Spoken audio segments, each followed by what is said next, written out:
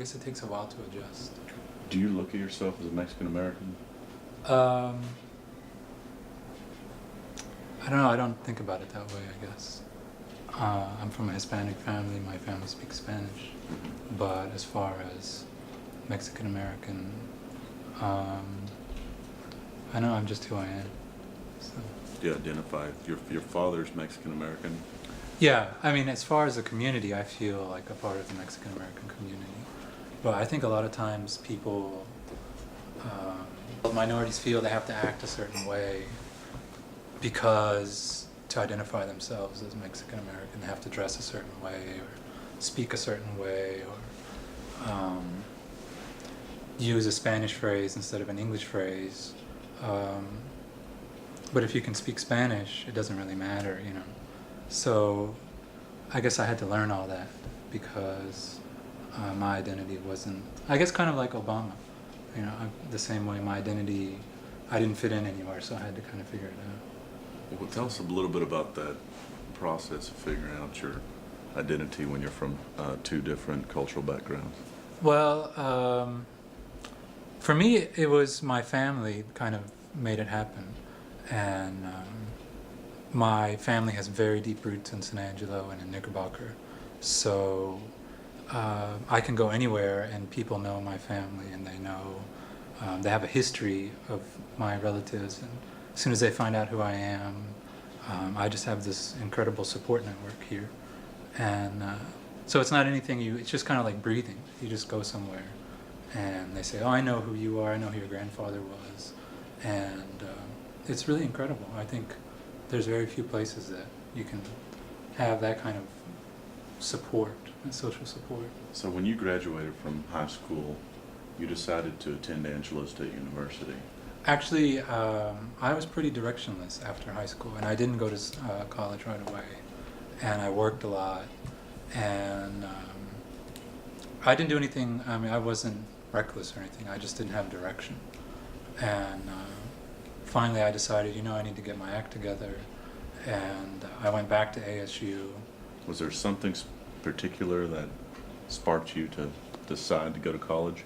Well, my grandfather got sick. He had cancer, and he died, and he was kind of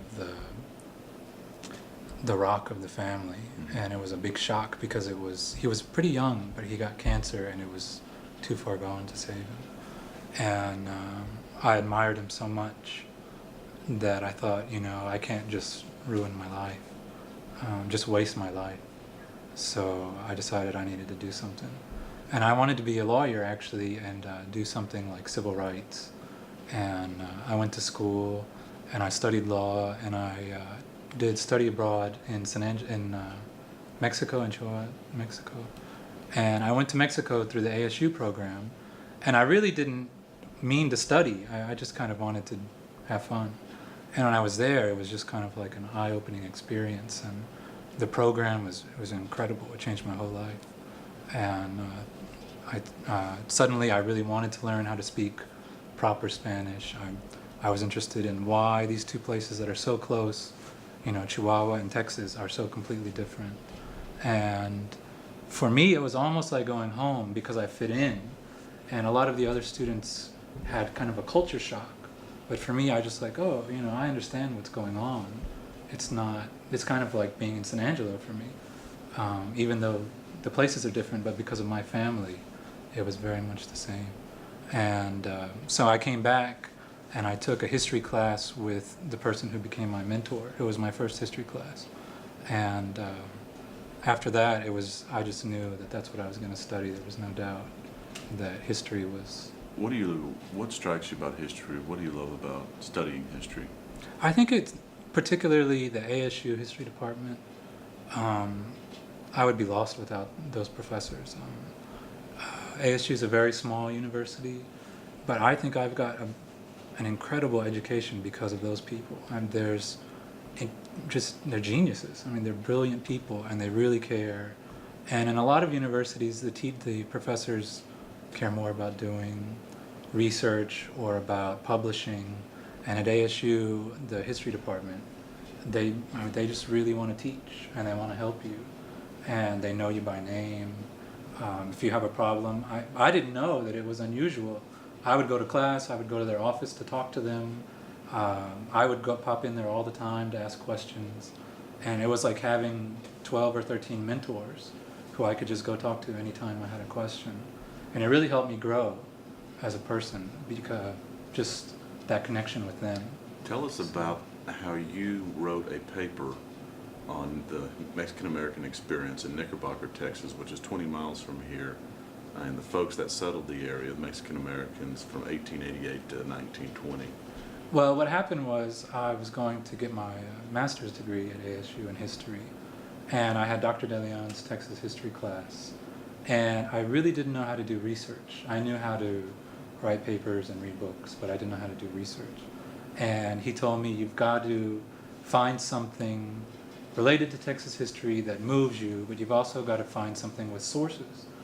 And so through talking to him, I decided that Knickerbocker, Texas was something I personally really wanted to know more about, because ever since I was a little boy, we used to go out there. That's where my family comes from. They settled from Mexico in Knickerbocker, and the whole family pretty much originated in Knickerbocker. It's So what was a typical experience for Mexican American in 1880 to 1920 outside of San Angelo, Texas? The thing that really shocked me was how strong the Hispanic community was. And you could see that there weren't opportunities for them. That I did a kind of a demographic study through the census, because those were the only records that were left. Because when you're kind of a marginalized section of society, there's no letters, there's no property records really that will help you. So you have to really just kind of come up with something almost out of thin air. It's really difficult. And there were census records. And so what I did was I analyzed them for those 40 years for the census. And what I found was that the population actually grew and was vibrant and was incredibly tight-knit. And I wouldn't have known that from the records, but I knew that from my family and the people my family knew. And I would call them up, and because of their ages, they'd say, oh yeah, I know this, or I know that, or you know this, look at this. And it was amazing. And I met Mario, who we both know, because of the Knickerbocker paper. And Mario's family also, Mario Castillo, his family also comes from Knickerbocker. Tell us about how you connected with local San Angeloan that had moved on to Washington, D.C., but enjoys keeping in touch with his friends and family here in San Angelo.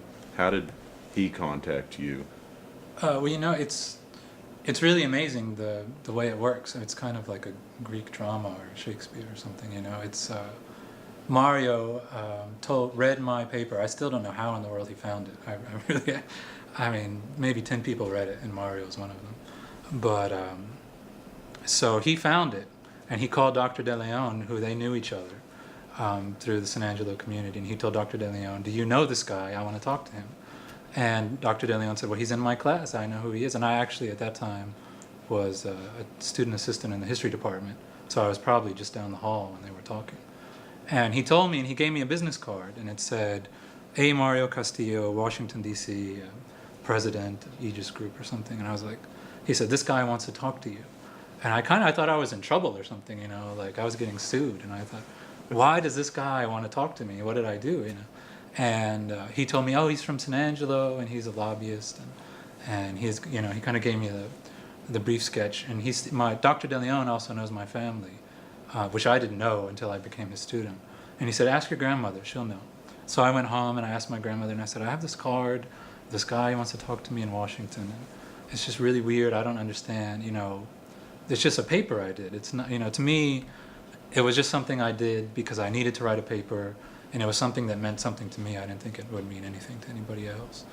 And she said, I know Mario. And she just called him Mario. And she said, I was in his parents' wedding. And I was, you know, I was like, this guy I've never heard of, you know. And so anyway, I called him up, and he told me he read it on the internet. And he told me he kind of introduced himself. And I just thought, why is this guy who's in Washington, who's got access to the White House, you know, who's got really incredible ties. You know, why is he spending time talking to me about this paper I did? And I couldn't figure it out. You know, it took me until we became friends. I really didn't understand it. So what was your first encounter like? He's quite a character. So he just. So you called him. You got his Well, card. I called him on the phone, and he kind of introduced himself, and he's got these sayings that I can't recreate, but you know, he just kind of says things very frankly but very colorfully. He's like a character from a novel, you know, like it's really amazing. And so he introduced himself, and he asked me to do some small projects for him. And I realized later what he was doing was seeing if I was somebody he could trust. And so I would do small writing projects for him. And me, as a poor graduate student, it really helped me a lot. I actually learned how to write, because a lot of times when you do school papers or research, you write a draft and you turn it in and you move on to something else. But with Mario, it had to be perfect, and it had to be something he could use, and it was for a specific purpose.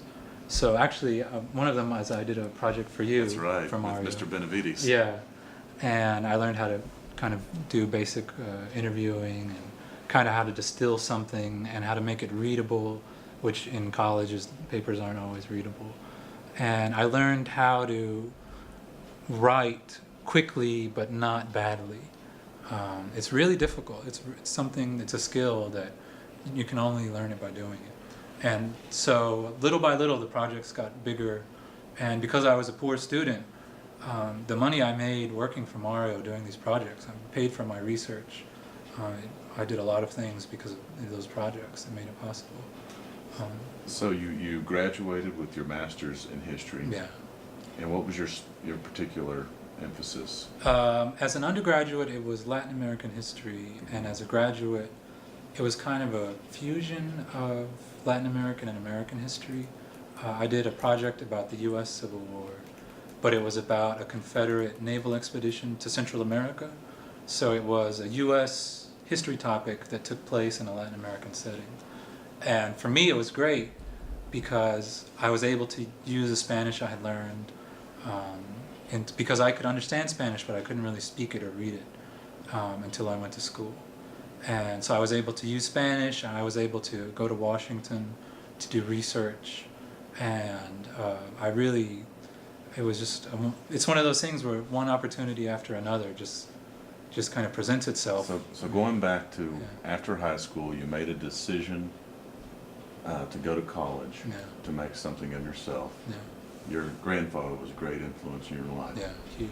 And so by making that decision, you opened up to a whole department that became your mentors. Yeah.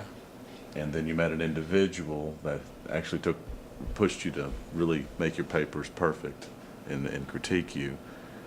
So now that you've graduated, you are now a Fulbright Scholar. Can you tell us the story about how you have embarked on this journey of your life? And Really, tell us a little bit about the Fulbright. Sure. Well, the Fulbright is, I have an English teaching assistantship, which means I teach 16 hours a week in a Madrid public school, and the rest of the time I'm free to either do research or go to school.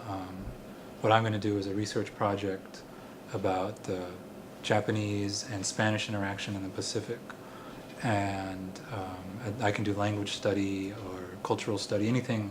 It's really an amazing grant. But before I got to Fulbright, I went to Japan to teach for a couple of years. And again, it had nothing to do with me. You know, I'm just incredibly lucky to have these people in my life who helped me. And a professor at ASU told me about the program in class, and he said, you know, if anybody's interested in going to Japan, I know somebody who's in charge of recruiting people for a project to teach program to teach in Japan for a year. And I said, you know, as soon as he said it in class, I just went up to him after class and I said, I want to do it. And he gave me the application and he told me what to do. But because I was pretty much only a student, I didn't really have any teaching experience up to that point. And it's a pretty competitive program. I probably wouldn't have gotten chosen. I'm positive I wouldn't have. But again, Mario, who I'd been doing projects for, was one of my references.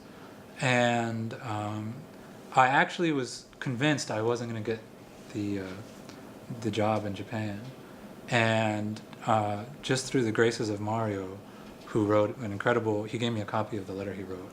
It really, I know that's why I got the job, because there were people who were immensely qualified and had much more experience. And from my perspective, I came from San Angelo that nobody in Texas even knows where San Angelo is. So anyway, I was in Japan, and I was trying to figure out what to do next, and I applied for this program, and I got the grant, but I needed a visa to get in to go with the grant. And because of the complications and the visa requirements I was an American citizen living in Japan, going to study in Spain through a Spanish and American project, and my wife is from Mexico, so the paperwork was really complicated. And my visa got hung up on a bureaucratic problem, and I was in real danger of losing my grant because I wasn't going to get a visa. So I called up Mario, and he had me contact he contacted a friend in the embassy in Madrid and some people in Washington, and he had put me in contact with them. And when I came home, I applied after the deadline, well after the deadline, and I got a visa in 2 weeks, when usually it's 7 weeks to 4 months is the required time. Can you elaborate a little bit about how important it is for people like ourselves to have individuals that can help us move towards our goals and dreams and aspirations? From my perspective, I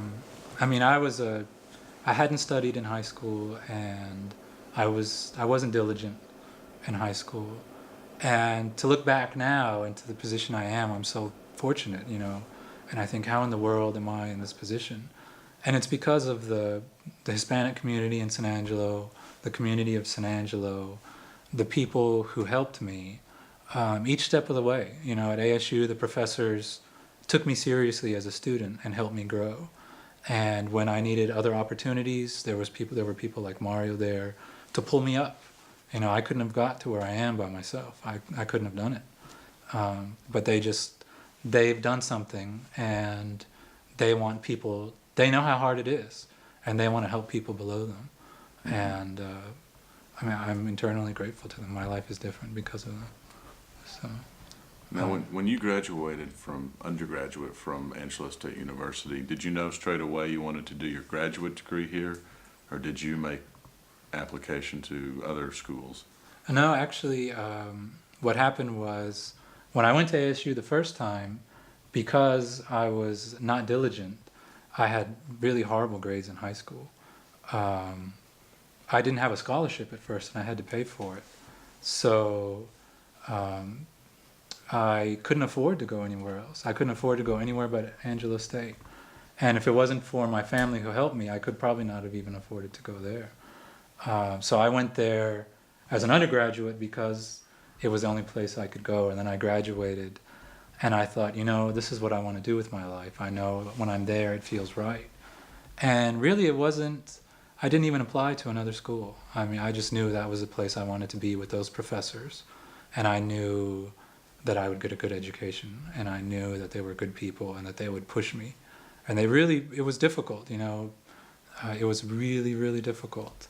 I did things there that after a couple of years I couldn't have done before I got there, because they taught me how to do it. So now you're a young professional now. Have you ever had to deal with professional jealousy or anything that, just to protect yourself and your work as you're moving forward? Have you ever found people trying to pull you back in? I don't know if it's me personally, but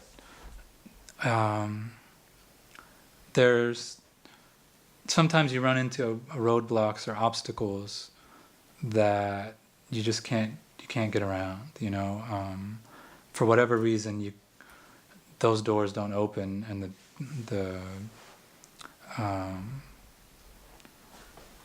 the people who could help you don't sometimes, and it's really difficult to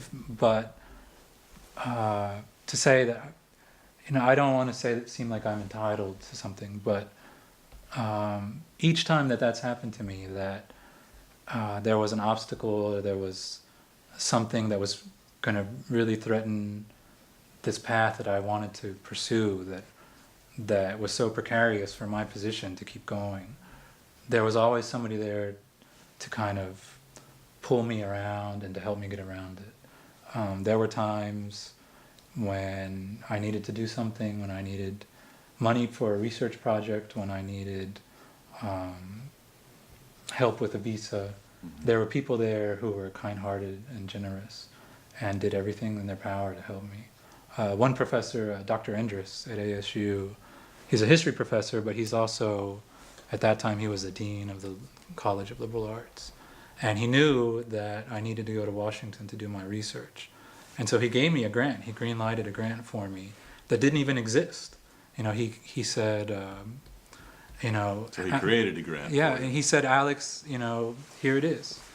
And he did it because he knew me and because I'd known him for probably nearly 8 years by then. You know, I'd been there so long that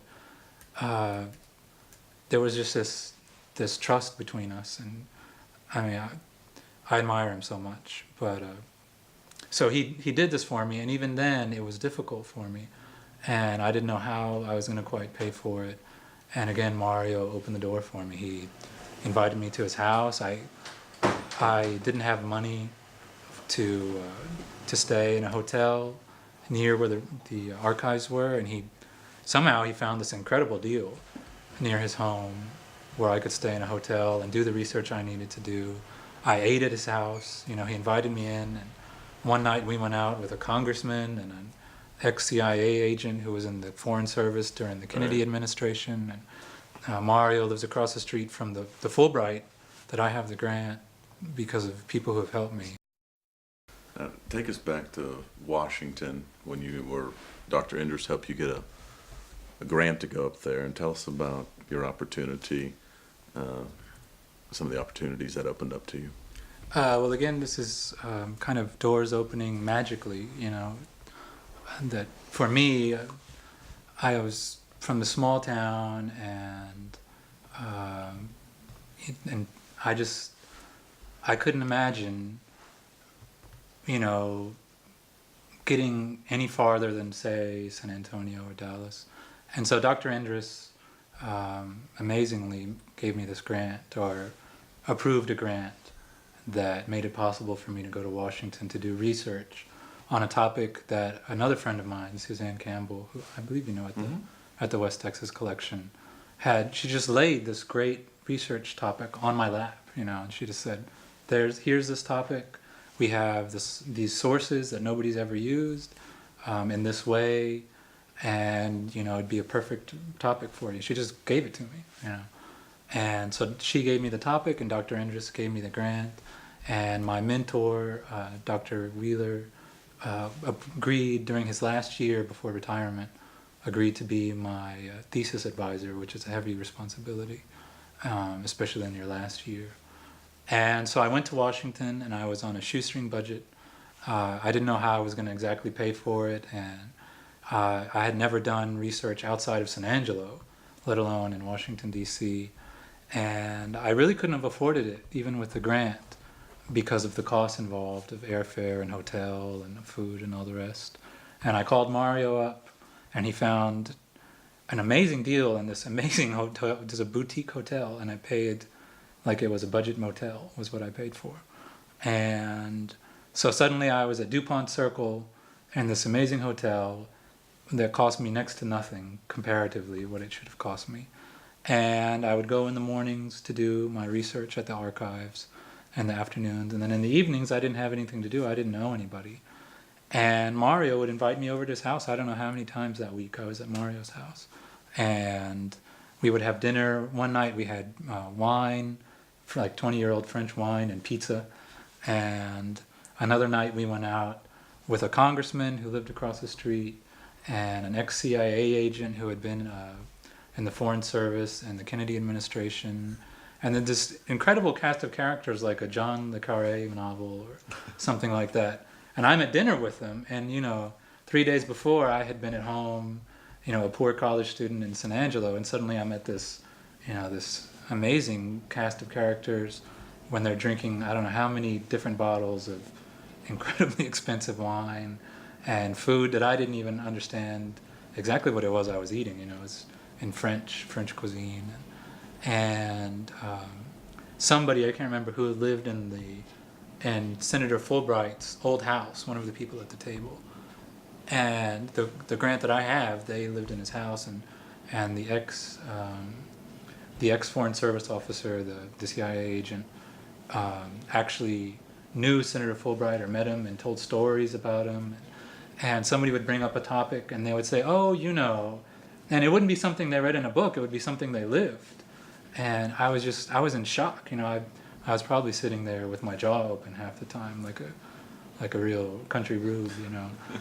Mario took care of me, and I mean, I just couldn't believe it. I just opened my eyes. You know, this goes on, but you don't think that you can have an experience like this, you know. And especially being a poor student. I mean, I wasn't even a professional. I was just a poor student. So I went home to the hotel that night and I called everybody. I called my fiance, I called my grandmother, I called my parents, and I said, you're never going to believe what happened to me. And you know, when you're a student and you don't know what's coming next, it's really frightening sometimes, because you think, well, is somebody going to give me an opportunity? Am I really good enough?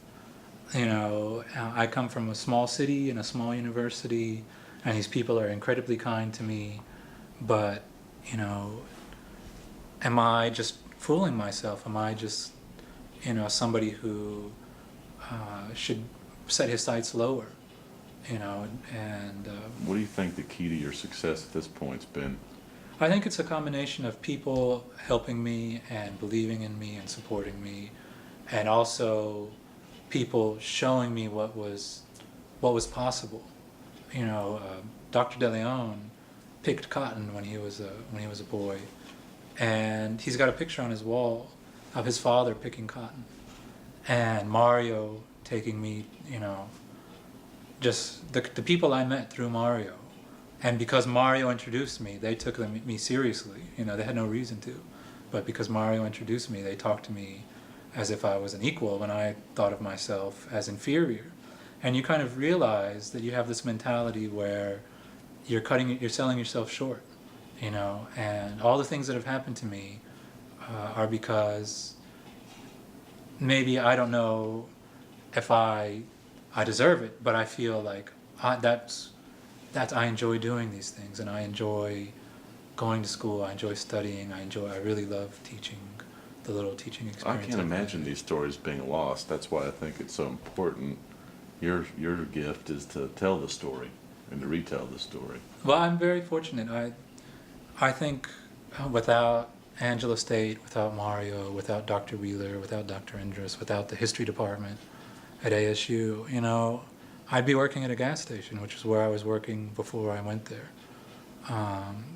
I probably would not have finished college.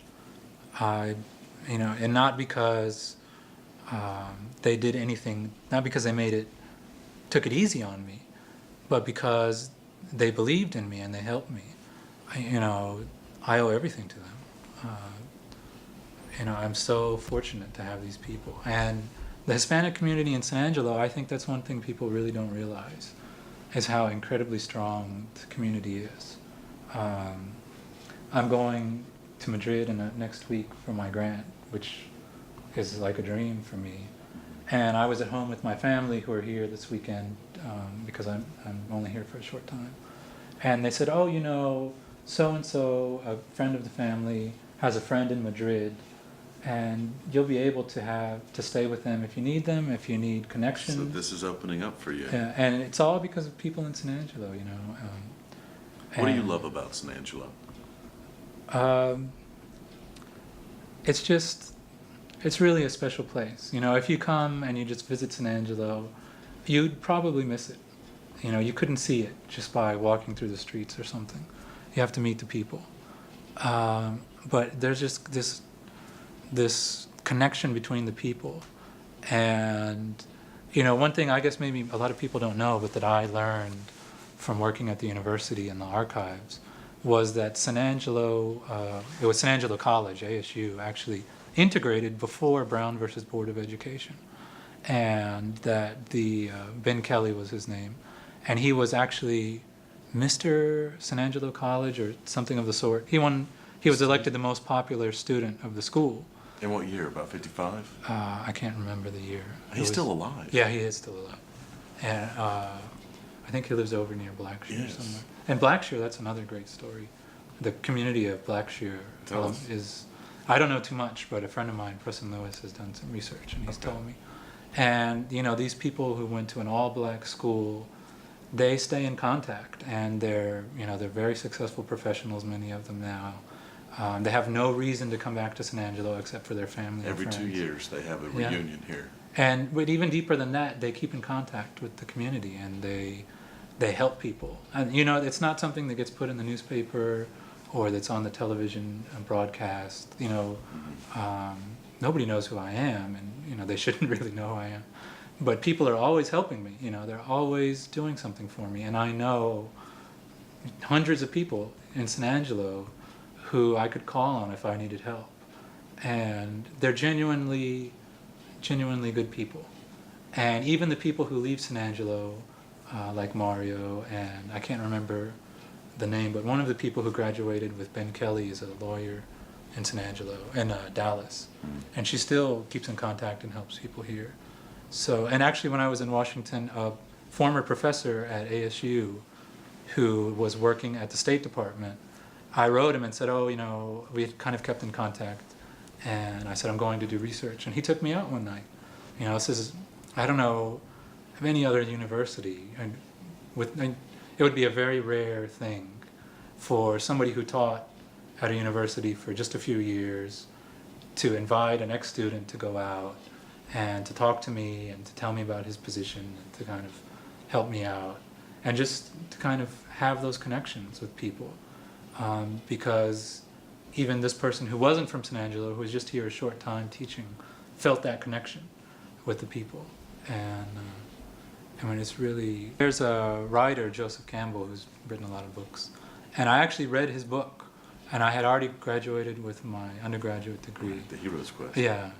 And I didn't read that book. I read a different interview with Bill Moyers that was put in a book form.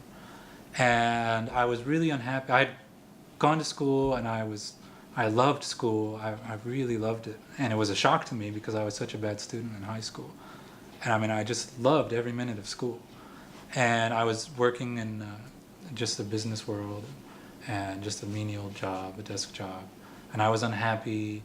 And the money really didn't, you know, it didn't matter to me if I had a good salary. I just was not happy. And so I read this book, and I thought, you know what, I'm just going to go back to school, and I'm going to do what makes me happy, which is, the gist of the book is that if you take the leap and pursue your dream, the doors will open for you, or that somehow it'll work out for you. It's better to do tell us this. about your leap. Well, my first leap was going to school in the first time I went to ASU. And the next thing for me that was important was I did a study abroad to Mexico. And I went to Chihuahua, Mexico. I had never heard of Chihuahua, Mexico. And I went there and I just loved it. It opened me up in so many ways. And my best friend now is somebody I met in Chihuahua when I was there. My wife comes from Chihuahua. And I came back to ASU and I was inspired by this trip, this short trip.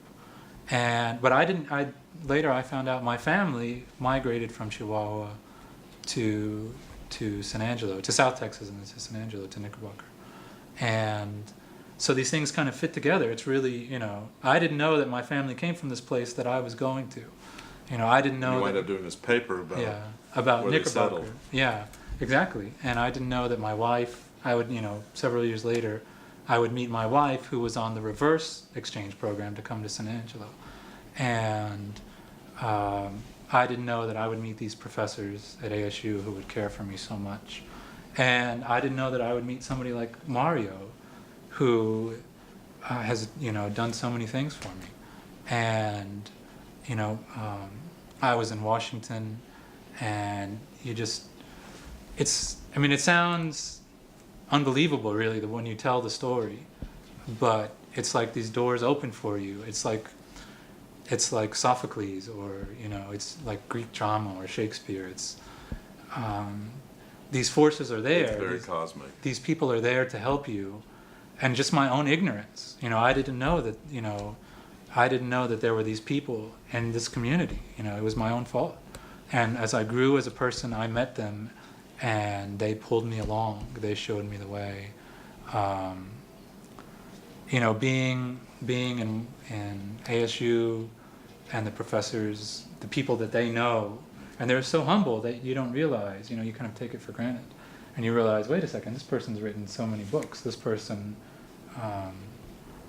knows people. They really, they know very important people. They're just too humble to say it. And when I was in Washington with Mario, and, I didn't know I was going to get this Fulbright grant. I didn't even know that really, I would qualify for it at that time. Who encouraged you to sign up for that? The Fulbright itself was something I'd been thinking about while I was in Japan for a while. And Mario kind of always told me, he said, you need to believe in yourself and do it. But it's the way you go about doing it. I don't know if I can explain it.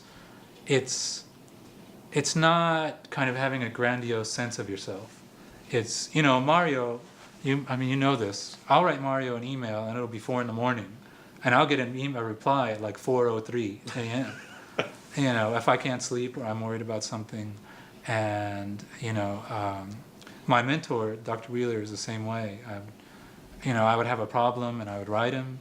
And, these are busy people. They've got busy lives. And I get a reply immediately. When I had a visa problem, it was really, I had this great opportunity and I felt it slipping away. And Mario fixed it. I don't know that I would be going to Madrid without him helping me, and my wife still has visa problems. But I don't worry anymore about it. I feel like it'll get fixed. We'll worry about it. People will help me. And it's really incredible the way it works. I went to ASU to get a job, and that was just my only goal. It was a very limited goal, and I ended up going to Mexico, where I opened my eyes in so many ways, and I met my wife because of this program. I met Mario because of ASU and his ties to my family, and it was each step of the way there was somebody there. Just the way Joseph Campbell says it, if you take the leap, people will be there to help you. And the people are still there. They're still helping me. So you have found it to be true. It's something ancient. It's really incredible. Yeah, I don't want to sound mystical, but if people knew how unlikely it was for me to be a Fulbright Scholar,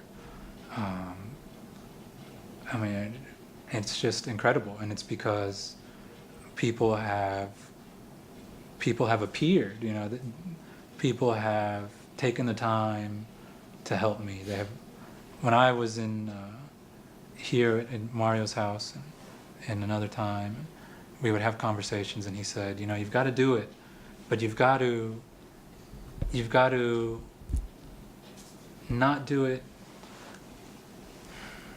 I don't know how you would say it. Not do it for ego so much as something that you want, something that is meaningful. I don't know I can't explain it, but it's purposeful. Yeah, it's a purposeful way of living, I guess. What advice would you give to younger Mexican Americans that were may have been in the same position as you were, graduated from high school, weren't strong students? I was a bad student, yeah. Not because you were a bad student, just you didn't apply yourself. Yeah, I was disinterested.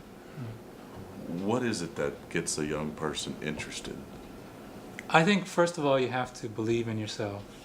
And secondly, when you're in that position, when you don't see how it's going to work out.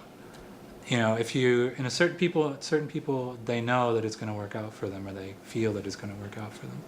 But if you're in a position like I was, where you don't see how you're even going to pay for school, let alone graduate, let alone something else all is these going to fears happen. build on themselves.